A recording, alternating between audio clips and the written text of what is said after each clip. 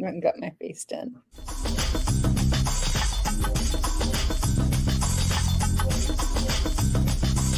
PR Connections Radio presents. Hey, welcome to Voices of Humanity at prconnectionsradio.com. We have a great show for you today. Stay tuned. Voices of Humanity, we need to hear your voices. We need to hear your voices.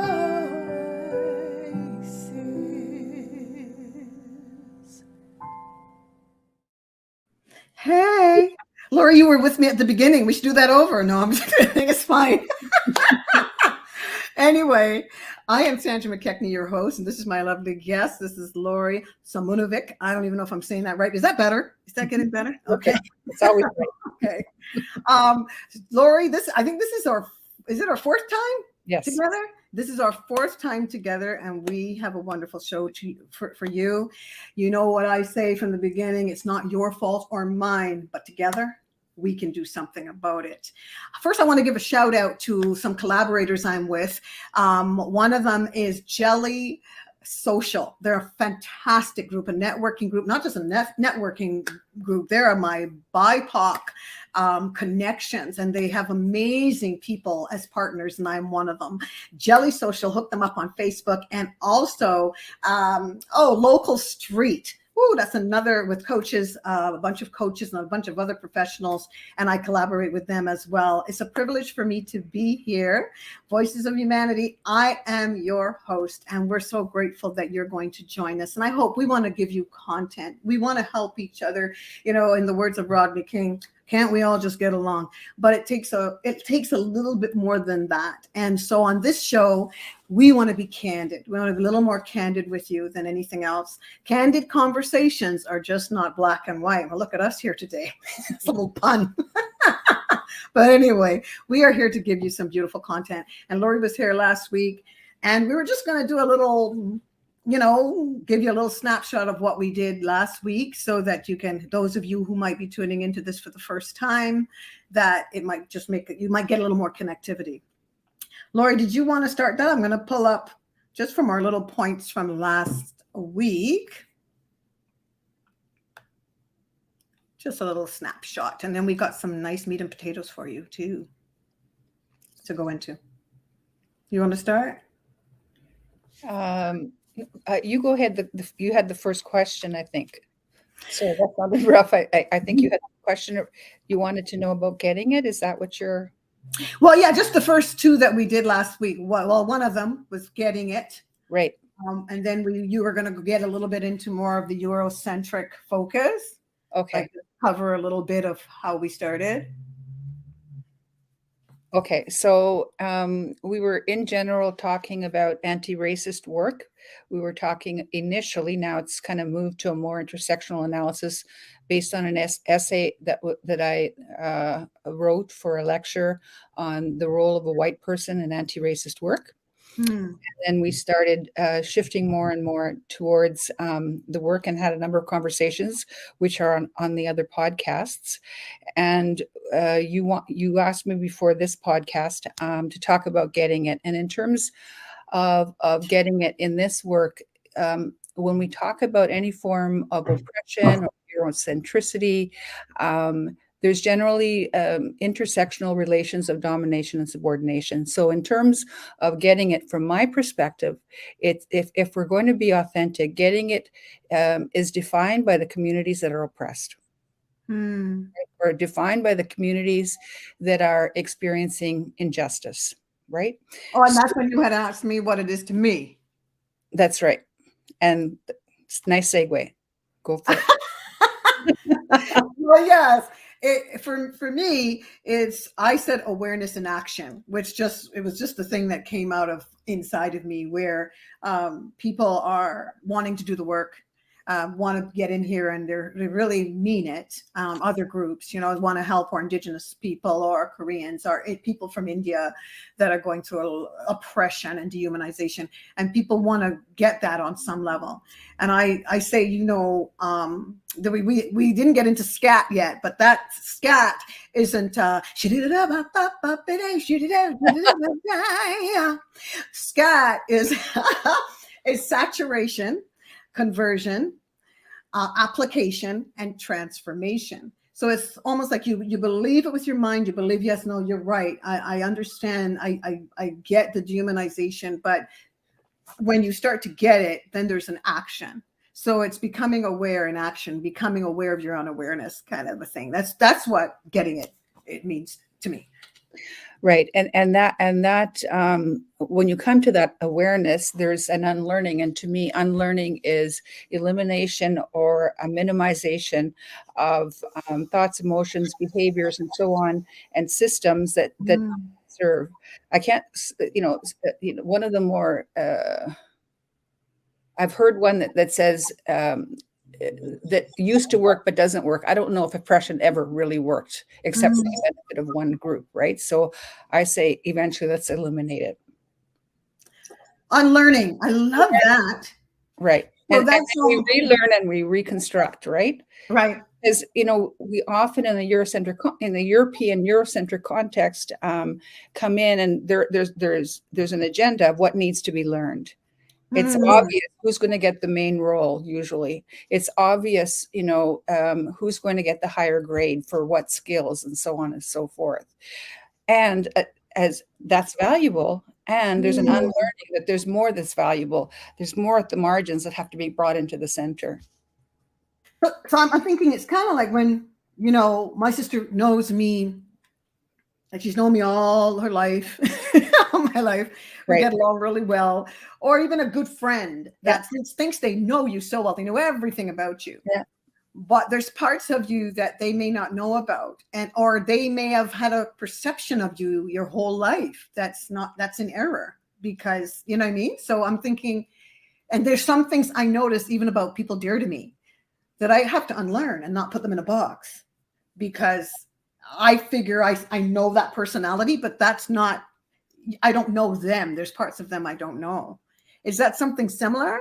Yes. Like having to unlearn things that you think because you've been seduced into thinking if a person dresses a certain way, that's what they are. You label them as something inordinate. And you don't know that person really. It's like a deprogramming. A deprogramming like that, the unlearning.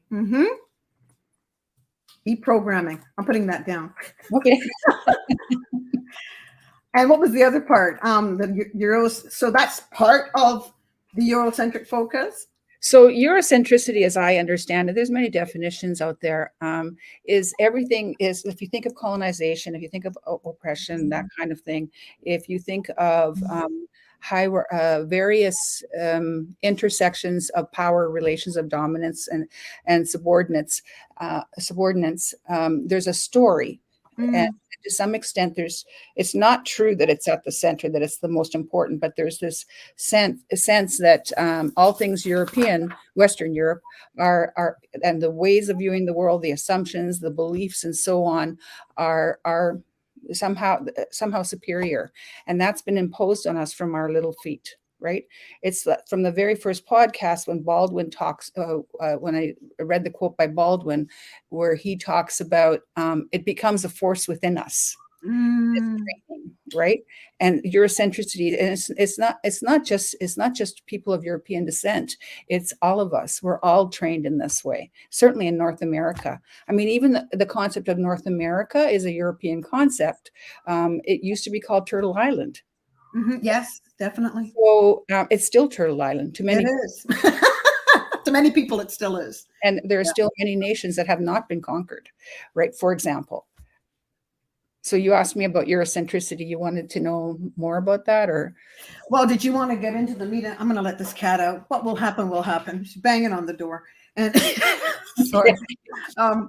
Yeah, we can, or do you want to delve into the big part of it, or are we just those 3 points? Just ask me the questions, and I'm happy to answer.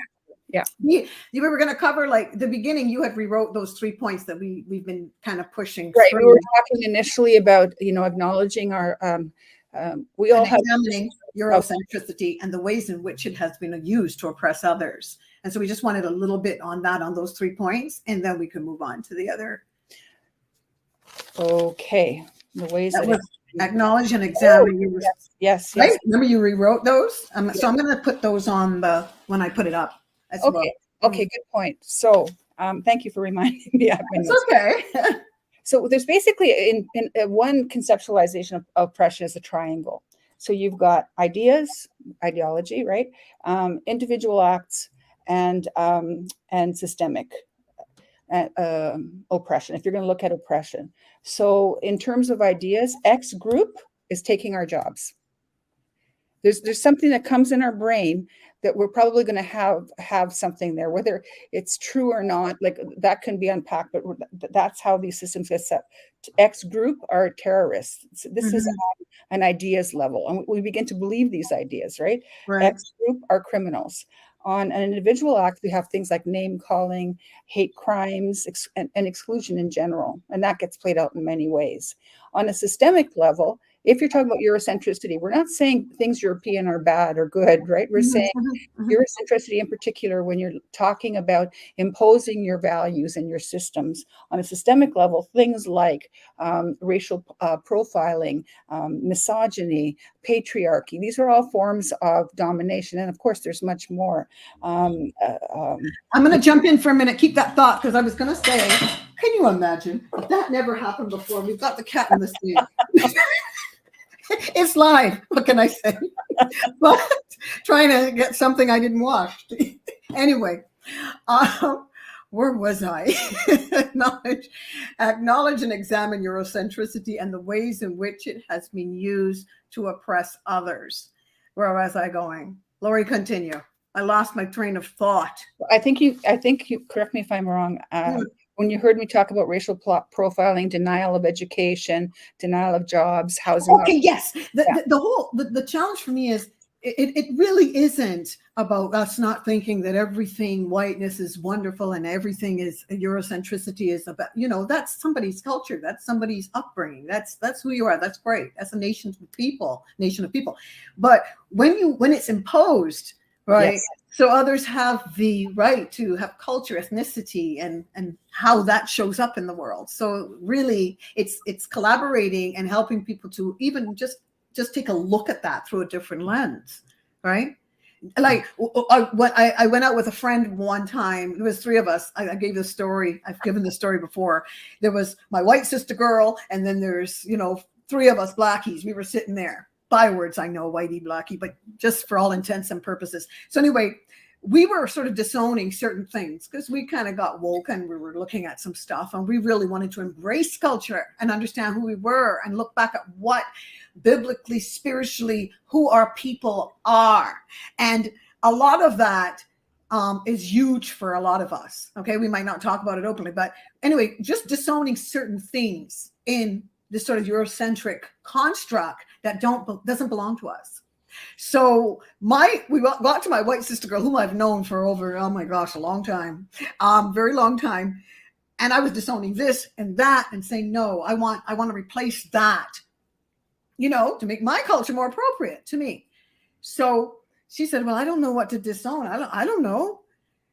And it came to me, then I went, oh my goodness, this is where you are. This is, your people are here from you can remember. Your people have been here for generations. Yeah, you're not the original people, but you have been here for generations. So she didn't have anything to disown. And because she walks into a room, she's comfortable anywhere. That's right. Can show up anywhere and be comfortable. You know what I mean? That's right. For us, it's different. Is that similar? Does that fit? Yeah, no, that's a beautiful example of the different positions on a systemic level as being played out on an individual level. I would challenge that sister. I don't know her, so maybe I'm being arrogant here, so please check. Go ahead. Try. Challenge her. Does she really know her history? Does she really know her roots, or does she know the roots of what she was taught from her small feet? because there's all different kinds of cultures and backgrounds. So, maybe I'm making some assumptions.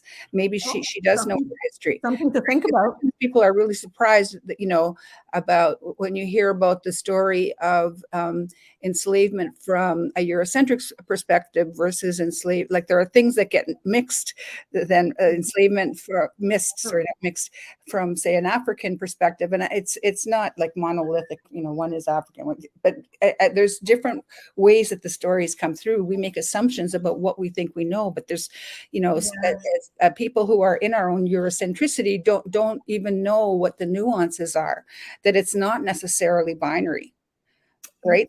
Absolutely. Yeah. It's not here or there, black or white. It definitely, metaphorically, literally. Yeah, I agree.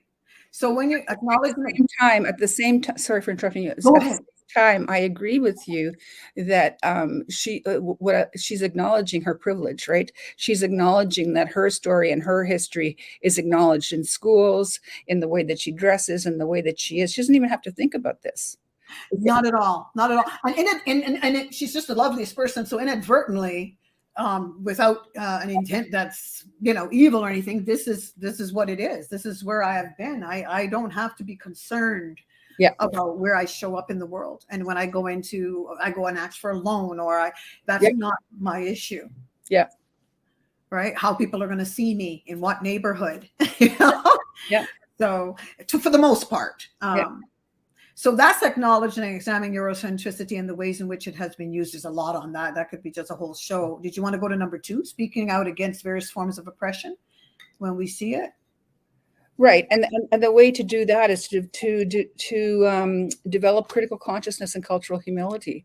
So when we talk about critical consciousness, we're talking about digging deeper, looking for all of the perspectives, the multiple worldviews, the multiple world values. The fact, in the 20s there was a Renaissance in America. I believe it was in Harlem, where I can't remember the exact name, but basically all the art of African American people was coming, and there was a whole Renaissance around that because it had been suppressed. But rather than it being kind of like a celebration and dance thing, while that's important, it's a profound piece of the people of Harlem. Right. So it's like that's just one tiny example. It's developing when we're working together culturally, rather than looking at I'm examining my own culture. I'm examining both positive and negative, both, whether it's going beyond the binaries and finding out what the real story is in relationship. Right. And that work is fraught with both pain and joy. And it's moving forward together. So I got there's an example of critical consciousness. You want me to read it, or are you going to read it? Sure, I like that. Critical consciousness. This is Lorrie's work, and she's done the research. She's got bodies of work, and I know she's going to publish soon. She's working on it. There's so much, and there's so much research that goes into what she does. Critical consciousness refers to the ability to understand and analyze social, economic, and political conditions that contribute to inequality and oppression. I was thinking of this. What was this lady's name? She wrote a book called Waking Up White. Forgot her name. But it's in one of these learnings that I do. And she was saying that, it's interesting that she came out of the womb. She slid out of the womb in privilege. She didn't have to worry. She had political privilege, economic privilege, social privilege. And I know people might not like that word, but that's the only one we have right now. But and so don't get your backs up, try, okay? Because this is the words that we use to say, we've got people in the margins and others are not. And we're not wishing anybody to be in the margins, right? Or to experience oppression and dehumanization. But there are ways in which people do kind of slide out of the womb, depending on who your parents are, your forefathers, with social privilege, economical privilege, political, all of it. So she recognized that, oh my goodness, I really have benefited. And when the GIs came home after the Second World War and they were handing out her father bought a home for next to nothing, and he sold it in 40 years later for $1 million. At that time, that was a huge amount of money. Yeah. So she was saying how she was able even to accrue. So when we're thinking critically, I think about things logically too, right? So when that's part of it. She's able to accrue all of this wealth. And she's not going to throw it away to please me and say, well, look, see, I'm with you. No, I'm just saying, look at what it is.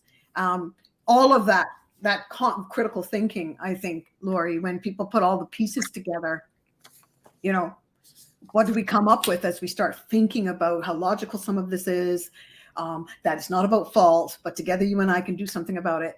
Lorrie and I are trying to do that, and I hope you join us. Continue, Lorrie. Don't mind me. I just thought I had. You completed it. That's exactly it. I love the way that you said it. You have a much better grasp of history than I do. I'm still learning. So yeah. So that's the definition of critical consciousness, like that. Oh, it's not the whole thing. It involves, critical consciousness involves recognizing the systemic and structural factors that create and maintain these conditions, and questioning the dominant narratives that justify the reinforcement of them. You know, this is great. I challenged a few coaches in the States, and they brought me on in this little capsule, and I had a chance to speak, and one of my guests came out of that, and she came on the show, and we continued it with that conversation. But it was more of people that are going out here coaching and just putting up their shingle, which, you know, that's great. Everybody and their grandmother coaching. Grandmother has a right to have a business too. But it's sort of, you know, what makes us think that I can just walk in put up my shingle, and an Indigenous person comes, and I just start doing my thing, what I've been taught, you know. Lorrie can't get a hold of herself. Pull yourself together. Let me crack up here. But who am I to think that I can just, you know, just because, again, here I'm in this construct, and I've been born here, whether you're Black even, or you've been totally assimilated into whiteness, well, skin is going to hold you back. You won't get that much privilege in the long run. But, you know, if you're a white person, say, or a person that presents white, how is it that you think you can just come in and coach an Indigenous person, or a person from Korea that was an adopted from when after the war, when there were these babies that all were adopted? This was like a fad. It was a business. How is it that we think we can just sit and coach anybody? I think it's a little presumptuous. You know? And I'm probably, I shouldn't say that, I probably it's because people aren't aware. You just want to do the best for everybody, and it is a little bit naive. You know? Yeah, I agree. And I've been doing this work for a very long time, as you know, and I still have so much to learn. I still make mistakes. And so that's why I think we've said this on other podcasts. We've talked about, you know what you know, you don't know. And you don't know what you don't know, and that you don't know what you don't know usually happens in relationship, and sometimes it's painful when you find out, oops, I just did it, right? And I think in this kind of work, hopefully there's room for grace and for making mistakes. But when you double down and say, well, that's not a mistake because I think I'm right, you know, if we get stuck in that, doesn't matter what the point of view is, then that's when we maintain Eurocentricity and positions of dominance. There's a famous Black man. His first name is Terry. I've seen him on Netflix. Anyway, he had a difficult upbringing, and he had this beautiful phrase. He said that you can't control somebody and love them at the same time. It's just not possible, right? Wow. So if you're in a position where you're dominating somebody, whether it's in personal relationship or in work relationship, I remember once when I was training manager, this is way back, and I was doing some work, and I was trying to, you know, work on the power relations in the organization and in my team in particular. See, I even just said it now, my team and our team, right? And we'd have meetings, right, rather than supervision. And one of the managers, even later when I told another managers, we called them meet withs, and it worked really well. Even with people that weren't doing well, we would find ways to do well better together. Right. Yeah. And I really took into consideration both the emotional piece, but also the accountability piece. And there's a way to do that respectfully. And you can even, you know, I wrote a thing, a KPI piece on emotional intelligence. There's a way to do it, right? Yeah. Anyway, but the manager said to me, well, if it's not working out and you want to fire this person, you can't do that. You got to let them know that you have the power. To me, that's problematic. I mean, there is some wisdom in what she said. Yeah. And there are other ways of getting out of that Eurocentric mindset. Most definitely. A lot of things are there. Yeah, that could be a whole show. Sorry, I keep laughing. It's our connection. Forgive us. That could be a whole show right there. And it's like I said to you when I'm gonna just allude to it when I had somebody at work had a challenge with me, and they were writing things about me, different things. They're alluding to things in a book that we had there to communicate with. And I remember they started to call me with another friend of theirs, another coworker. Oh, she's such a blonde. You're like a blonde. And I would laugh with them because I was sleeping. I would laugh with them. I was just, I'm a blonde. Wanting so much to belong, wanting so much to be further assimilated and be in whiteness. White is right. Brown, stick around. Black, get back. Of course. Wow, I haven't heard that one. Wow.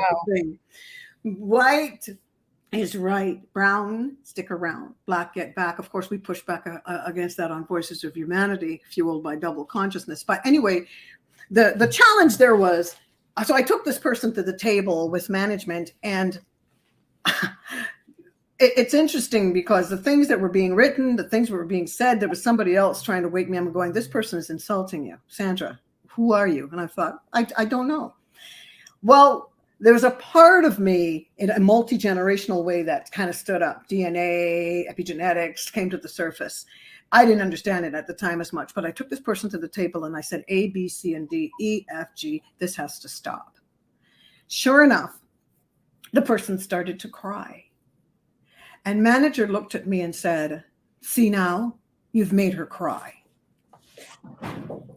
So that feeling, that something was wrong with me, a little bit of like a gaslighting thing, that feeling that no, you're the problem, kind of started to come to me. And then I pushed back and I held my shoulders up and I sat and I chilled for a minute, counted to 10. And then I said, tears are not enough. And that was the end of it. And it never happened again. All of the foolishness. It's wonderful. What that is, that's a Eurocentric DARVO. It's an acronym created by around responses to trauma by Jennifer Frey, I think her name is. Mm-hmm. Deny, attack, and reverse the order of victim and offender. DARVO. Really? Yeah. It's I mean, there's many strategies, and it's a form of domination. And I'm not saying that this manager was conscious of that. And I think we talked about in the last podcast, that manager actually allowed that opening. A lot of managers would have doubled down and maybe called you in, and that didn't happen. You didn't get punished. A big piece of it was your strength, the biggest piece, right? And you just told the truth, and it worked.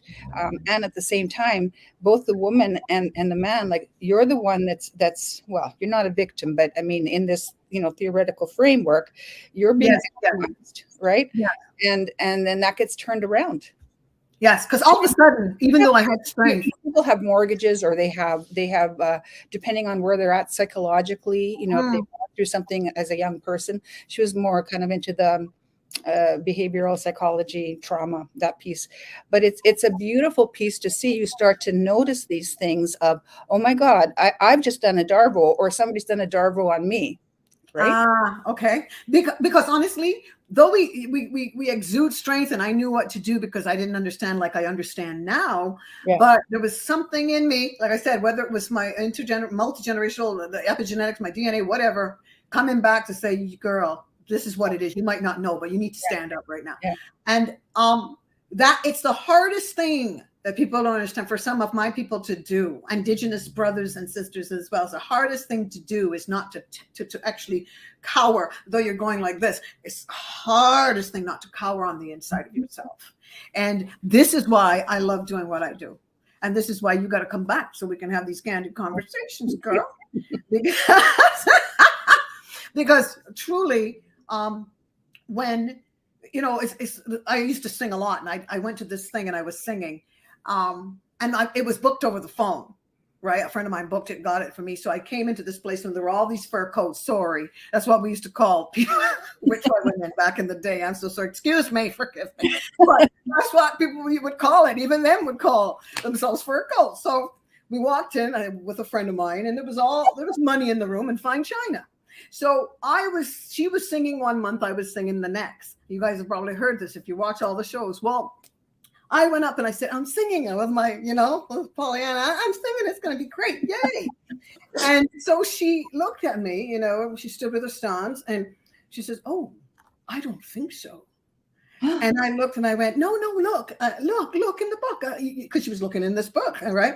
I said, look in the book. It was like I was at the pearly gates and asking her to look in the Lamb's Book of Life to see if my name was written there. But she was looking, no, I don't think so. I think I'll have to call you. I'll have to look into that. And something happened on the inside of me that was I didn't know what it was. I thought, what are you doing? Don't use that card. The R card. You're not supposed to use that race card. It's only for absolute emergencies. And even if you use it, remember, people, you should be ashamed of yourself. Well, I felt this way, and I went and I sat down, and my friend, who is white, came and she plopped herself down in front of me, and I was feeling so dejected, so, I guess the word would be dehumanized at the moment. And she didn't even have to say anything. It was what is exuding from inside of her. And my friend sat down and she said, oh my God, I think she's prejudiced. And I just remember exhaling a little bit of relief, but also feeling like, is this where we are? I thought I was white. I was doing so well with my assimilation process, Now I'm woke and that was totally a macro assault. It wasn't even a micro assault. Yeah. Because it's not only our words, it's our demeanor, it's the energy that we're coming at. Yeah, wow. That's a really powerful. That's a big deal. That ties in to acknowledging and examining your Eurocentricity and the ways in which it has been used to oppress others. Don't you think? Yeah, absolutely. And even speaking out against various forms of oppression when we see it.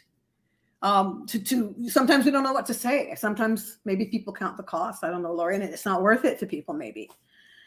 But there are times when you know something, the truth, the certain amount of truth you get that can make you free everybody. And that you have the liberty to speak and be calm and still have humility before God and be blessed and strong in saying what you need to say.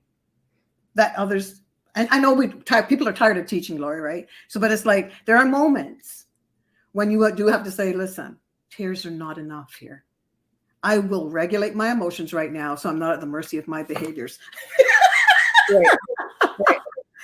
Oh, what do you think?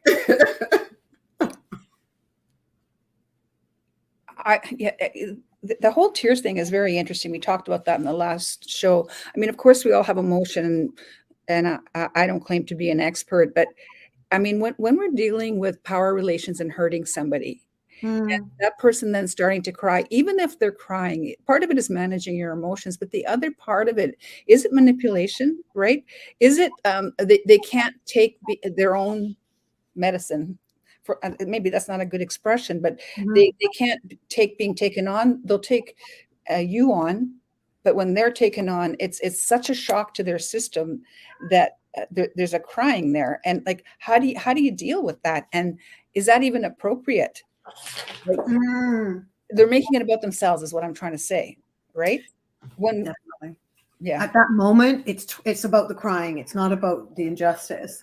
Or just even looking at what it looks like, and why which is again a bit of a Darvo. I don't know how conscious or unconscious it is, but it's like at the very least, like really self-important and self-centered, where only what I say matters. And when we're in a position of dominance, that's really how it works.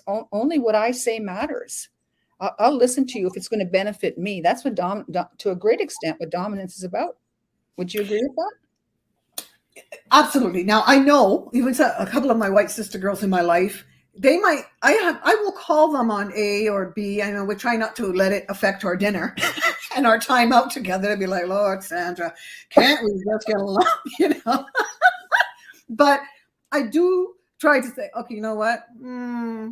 That kind of saying that I know you didn't mean anything by it, saying that I come on a little strong in areas, that's been used to kind of put us in our place, coming on a little strong, or you get, or my African brothers and sisters, and they're from Nigeria or whatever, and they're really exuberant. I love me some Nigerian movies, y'all. Okay, so I'm just, but Me so too. there's this thing that people do that now you're just too loud. I see it all the time. You're just coming and looking at us. You're angry. Well, there's a lot more backstory to that again. Right? We that Eurocentricity and the ways in which it has been used to oppress others. Right. That's a story that's being created about you, because it also happens with women in general. And if a white woman does it, it gets taken on, depending on the context, it gets taken on in a different way. If a man does it, it gets taken on in a different way. So it's a story that's been imposed, right? It changes the sensibilities of Eurocentricity. This is the way, like, I remember, sorry, Mom, I'm going to tell the story. I was at the movies with my mom as a teenager, right? She'd probably laugh. And there was something, I can laugh really loud. I mean, really loud as a teenager. And I think it's the only time I remember being at the movies with her. And I just could not stop laughing. Something was so funny. And I was loud.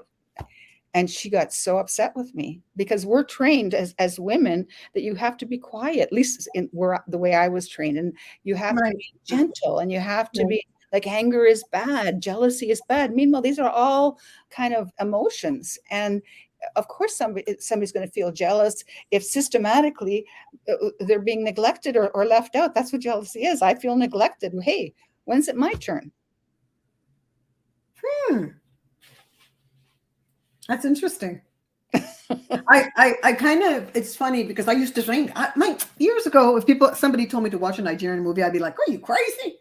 Even back when we were in school and somebody told you to go back to Africa, that was an insult, because they had us so constructed in here that we were you go to just talk about Africa would be you're going back there to swing on trees and monkeys. And of course, the pseudoscientists have already put their 2 cents in that we are one step above primates. So when you think about the ways that we have been used, things have used, to oppress us politically, right, socially.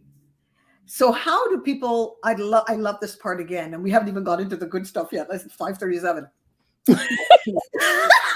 Okay, so seeing that, where we're talking about, so we acknowledge and examine our Eurocentricity and the ways in which it has been used to oppress others. Okay, right. So how do we now, again, just that little part, speaking out against various forms of oppression when we see it? Like, so I did Tears Are Not Enough, or however that looks. I didn't do it when I went to sing, and the woman, my friend kind of did it. It was like, oh my goodness, they're prejudiced. She allowed me to know, and that gave me a way of feeling, okay, that was it. I didn't take my race card out and use it inappropriately. I don't think there's such a thing as a race card. I don't know if I'm saying that right. I think that just even think of the term political correctness, right? And that's kind of what she's saying.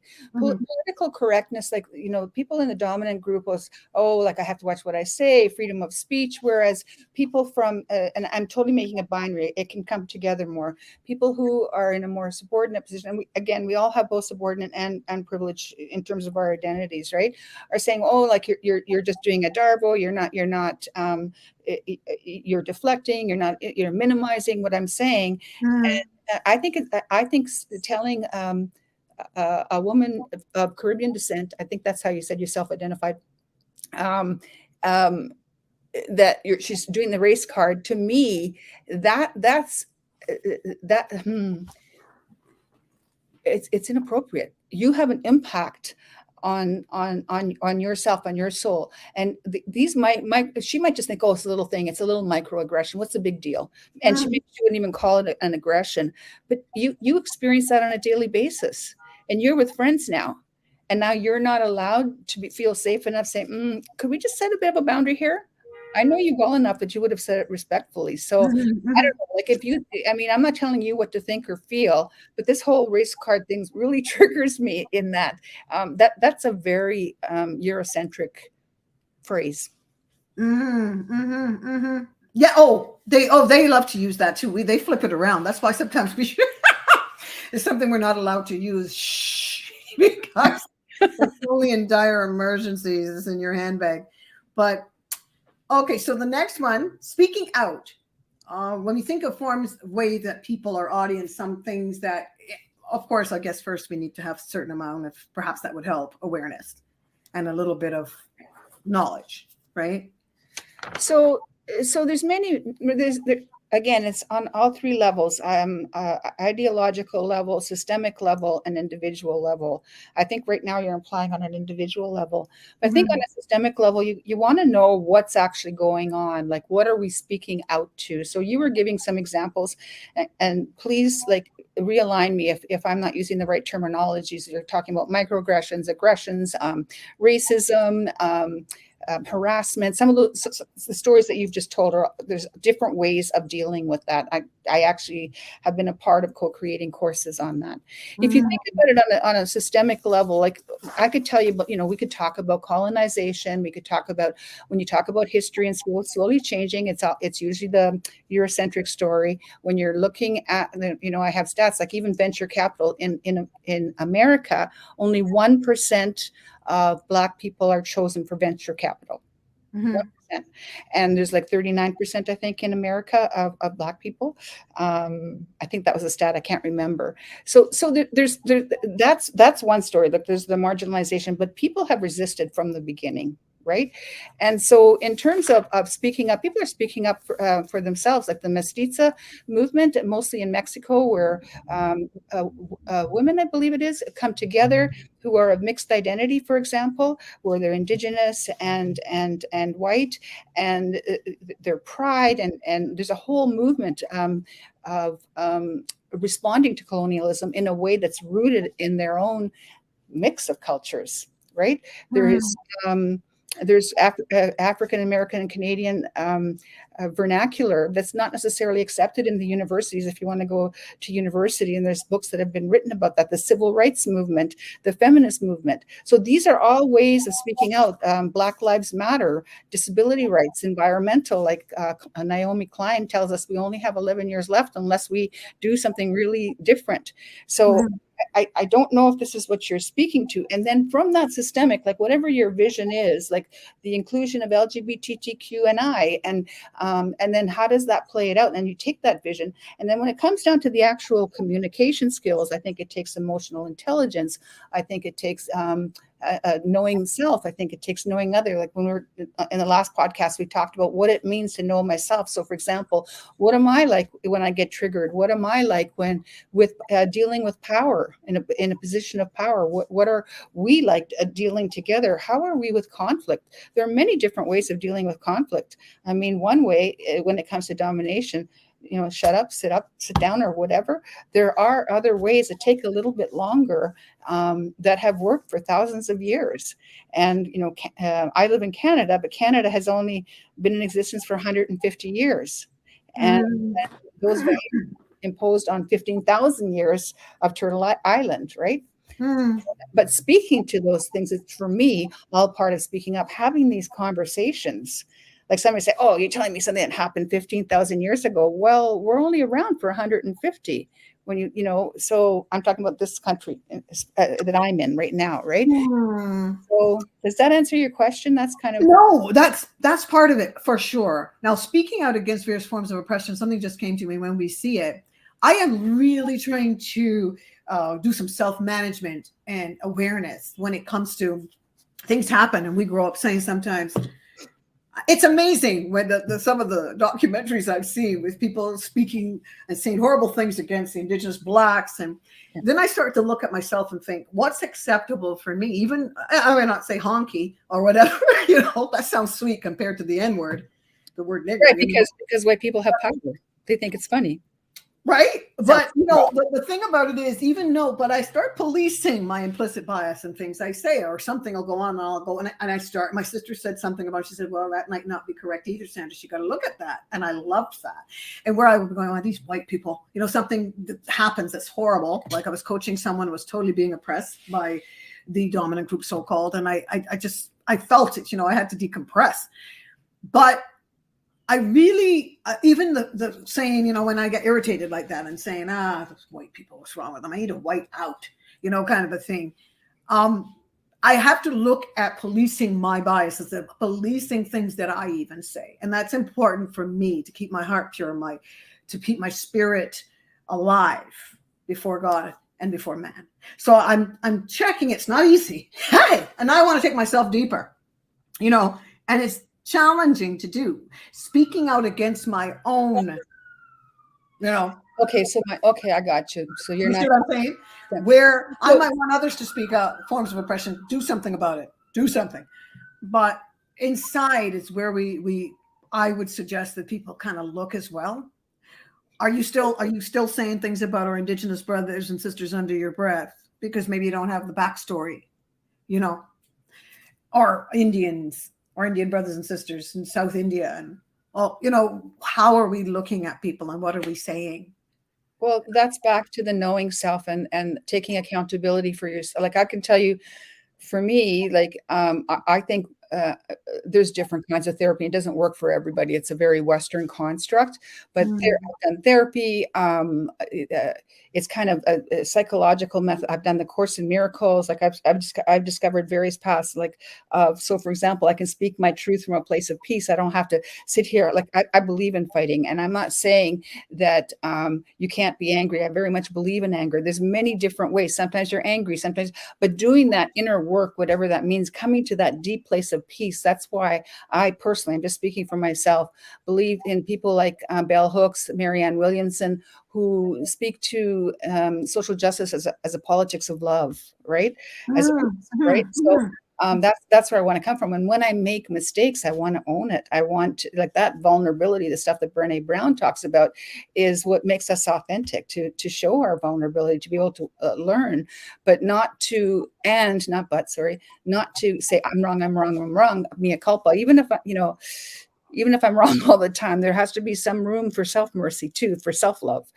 And I'm not talking about using that as an excuse. I think that it's really easy to go there, particularly if I haven't really, except for my whiteness. But if for those that hold a lot of dominance, that piece is a lot of work. Where my dominance might play through is I did I think I've told you before, coaching for a good 25 years. So it's a lot of the students that I work with see me as this expert. And I'm constantly like encouraging, like we're equal, we're working in this together. I don't believe in this top-down thing. But it's very easy once you gain a body of knowledge to start, I might say all the right words, but I might be at some unconscious or semi-conscious level, thinking I have the right answer. Absolutely. Again, there's that awareness in action. And to me, with our audience, speaking out against various forms of oppression when we see it is also reciprocal. Yes. So you are speaking, I am speaking. And if there's a way in which I am respectfully standing up for what I believe is right, and you feel you can't join me if it's not safe or whatever, I get it. You can go away, go and do your thing. But if there's something I'm saying and you are close and connected to me, I do have an expectation that since we have that kind of a relationship, that as long as I'm being respectful, because I don't want to, in me speaking up, dehumanize somebody else again, And so speaking out against various forms of oppression, I think it calls for an expectation. If you are like you and I are learning about each other and becoming, in this work closer.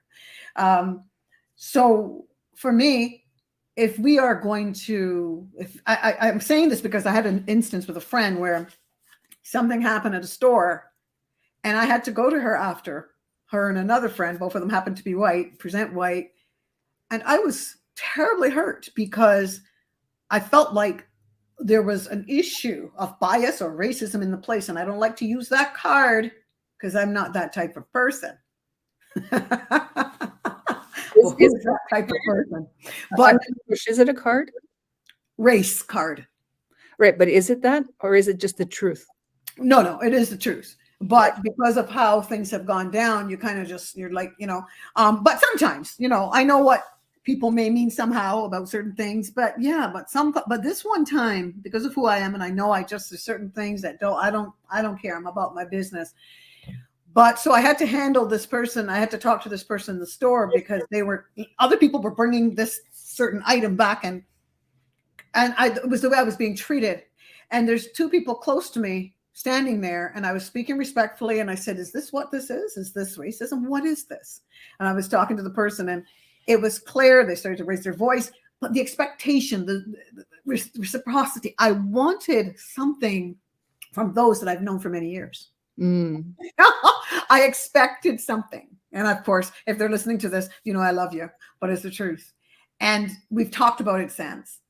And I think with one of them anyway, and I was quite disappointed in that.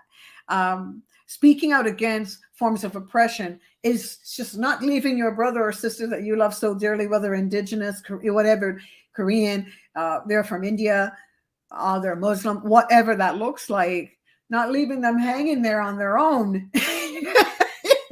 When you love everybody and you want to be, supporting them and speaking out when something is absolutely unacceptable. Yeah, I totally agree. And that's an act of bravery. That's part of why I call my business getbraver.com. I remember when I was in the classroom, and a part of my work the whole time I was working, those 18 years that I worked there at CAMH, one of the women was a researcher, very quiet, had worked in Indigenous communities, also a white woman. And I was encouraging people, we were, actually at that time I wasn't doing it alone, encouraging people to speak the truth, the uncomfortable truth, because we would come up with these very thorny conversations, and we had a whole technology of how to do that respectfully. But, sometimes, just like you just said, stuff is going to come up. And I noticed, we do say that people who are in the classroom not participating can also be participating. So we're not forcing people to participate, but if you would, please do, step forward, and I'll ask, I didn't hear your voice. Did you want to speak? Whatever. Anyway, this one woman, she was so powerful. It hit me because it's a strategy that I used to use. She said at the end of the day, that because of the honesty of people, the way that you've just been honest, right? And the richness, even though we had some difficult conversations, very respectfully, she said normally, and she was just in her first 3 months of the job, and she said normally what she would do is whenever she comes into a new job, she just doesn't bring herself forth in any big way, so she knows what her place is. And she said, from now on, because we ask we ask a few questions at the end of the day. One of the questions is, what might you do differently? What have you learned, or whatever? She said, from now on, what she's going to do differently is she's going to be braver. And then she's going to speak up. Yeah. And she's going to bring herself forth, even though sometimes it's not safe. Like, we were trying to create a safer environment, but we couldn't promise that safety because everybody was new in the room, right? So we were also talking about bravery, and sometimes your knees might be shaking, but we choose to be brave in those moments. So in that moment, correct me if I'm wrong, you were being brave, even though, like people are saying, it's the race card. This was something that impacted you, and it's not, tears aren't enough, or pushing me off isn't enough. I want to say something. I'm going to be brave enough to say this, and then that's I'm going to ask everybody right now, if you've watched this all the way here to this part, please subscribe. Because this is the way, if you're thinking, what can I do? Again, reciprocal. Subscribe and share it, and ask your friends to subscribe. I really believe in this content. Those that have subscribed, you've been really kind to me. Thank you for your feedback. Thank you for your messages. It means the world to me. It really does. I feel I'm sitting in my calling. I don't know how long I'll be doing this, but subscribe so we can get Lorrie back on. We can get others back on and continue to do this show. It really is amazing to me. So we've covered acknowledge and examine your eccentricity and the ways in which it has been used to oppress others. This was all supposed to be a little snapshot of last week. But we'll get into the other meat and potatoes, ackee and saltfish, next week.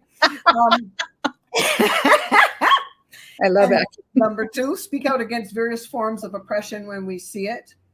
That is a huge topic.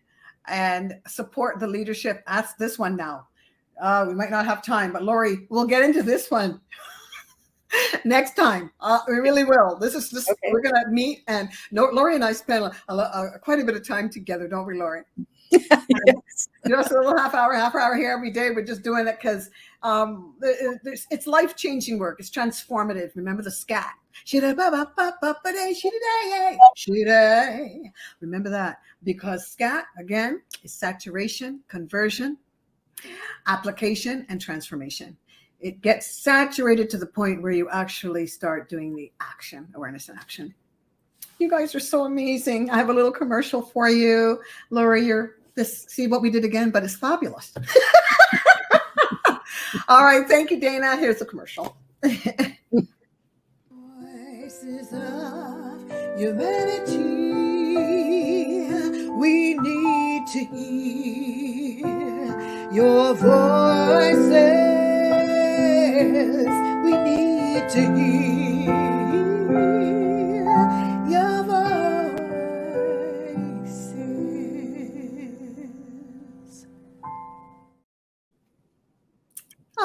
You guys are great. Subscribe. Okay. It's really going to be getting better. And again, it's not your fault or mine, but together we can do something about it. I met Lorrie. She was referred to me by a friend. And I thought, okay, sometimes you don't know where these things are going to go, right? But this work is really important to the both of us. And I hope that you have received something from us today. We're going to continue doing this work. Lorrie will be back with us next week because we still haven't given you all that we wanted to. And we'll keep going. And then I'm going to have somebody else. And then Lorrie will come back again. We'll do it like that. Thank you so very much. Is there anything you want to leave with the people there, Lorrie? I love your last words. They're enough. Oh, thank you. All right. So take care of yourself. Send me a link, Lorrie, when we get off, because we can decompress a little bit today. Okay. All right. Thank you. Bye, everybody.